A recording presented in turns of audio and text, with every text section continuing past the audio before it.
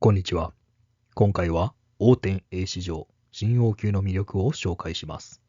新王宮までの行き方は別の動画で紹介しているので、まだ見ていない人はそちらも見てください。それでは行きましょう。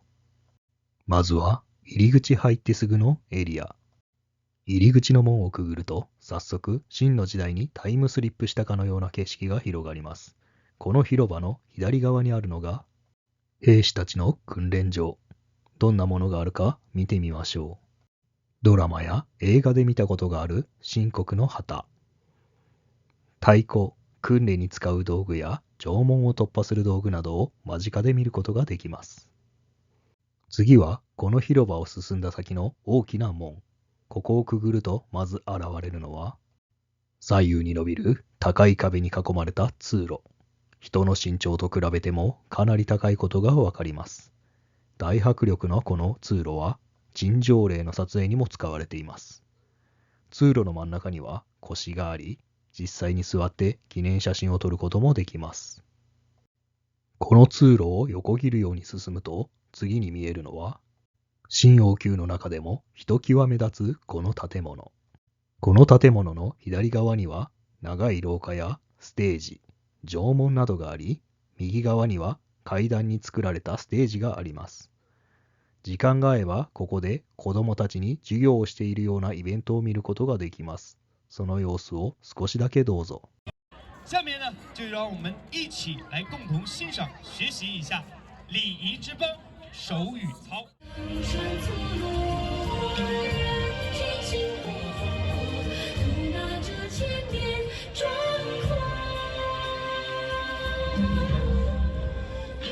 好的，那么下一遍我们正面の建物に戻りましょう。広くて長い階段を上ると、こちらもすごい迫力です。早速入ってみたいところですが、一度振り返ってみましょう。そこに広がるのは皇帝の景色。ちょっと後ろにビルが見えるので現実に帰ってしまいそうですが、出陣前にここに大勢の兵士が集まって皇帝が檄を飛ばすシーンが思い浮かびます。お待たせしました。それでは建物に入っていきましょう。入って進んでいくと現れるのは、横に水が張ってあるようなこの通路。何かのドラマで見たことがある気がします。これを渡ると、正面には玉座が。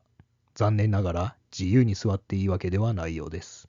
衣装を借りると座って記念撮影ができるそうで、勧誘を受けます。このような豪華絢爛な衣装がずらり。ほとんどが女性用ですが、男性用も少々。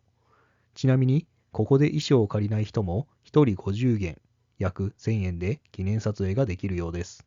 玉座以外にも、周りには撮影用のセットがいくつかあり、記念撮影を楽しむことができます。セットだけでなく、鏡や食台、地図など、ドラマで見たことのある小道具も間近で見ることができます。玉座の横を通り過ぎ、部屋を出たところに見えるのが帝国鉱山。これは実際に見ていないので、詳しい報告はできませんが、何かのアトラクションのようです。注意書きを Google 翻訳で見てみると、このプロジェクトは妊娠中、身長 1.2 メートル未満、体重90キロ以上、65歳以上、高血圧、心臓病、乗り物酔い、アルコール依存症、精神に不安のある方、最近手術を受けた方、病歴のある方には適していません。断続的な頭痛やめまい、背中や首の病気、座席に座ることのできない方、シートベルトを締められない方は参加できません。楽しんで。結構細かくて乗れない人が多いようです。何かに当てはまるんじゃないかとちょっと自信がなくなりました。最後の楽しんでが逆に不気味です。ここまで細かい制限があるなんて一体何なんだ。シートベルトがあるということは乗り物なのかと気になりましたが、待ち時間が60分だったので諦めて戻ります。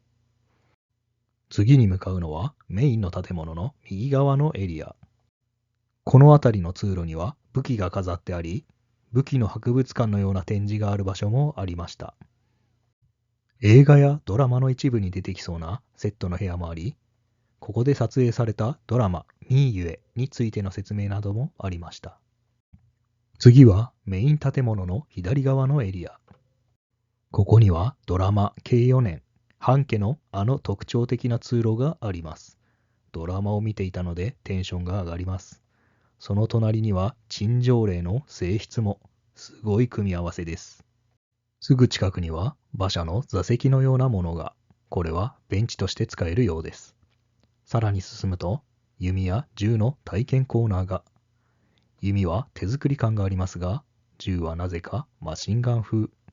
ちなみに、弓の的当ては60元約1200円で9回チャレンジでき、真ん中に当たった数に応じて景品がもらえるみたいです。腕に自信のある方はチャレンジしてみては。体験コーナーのすぐ横にはトンネルが。中には人相書きのような張り紙が何枚かあります。ここを抜けると、竜亭人林という大型 4D 映画が上映される場所に出ます。その手前には食べ物屋さんが。新王宮には最初にくぐった門のところと、ここで食べ物を買うことができます。ちなみに、この日のおすすめは、野菜麺、きのこと鶏肉の煮込み麺、魚風味細切り豚丼のようです。最後に、出口付近の様子です。最初に入ってきたのがここ。出口はその隣のここです。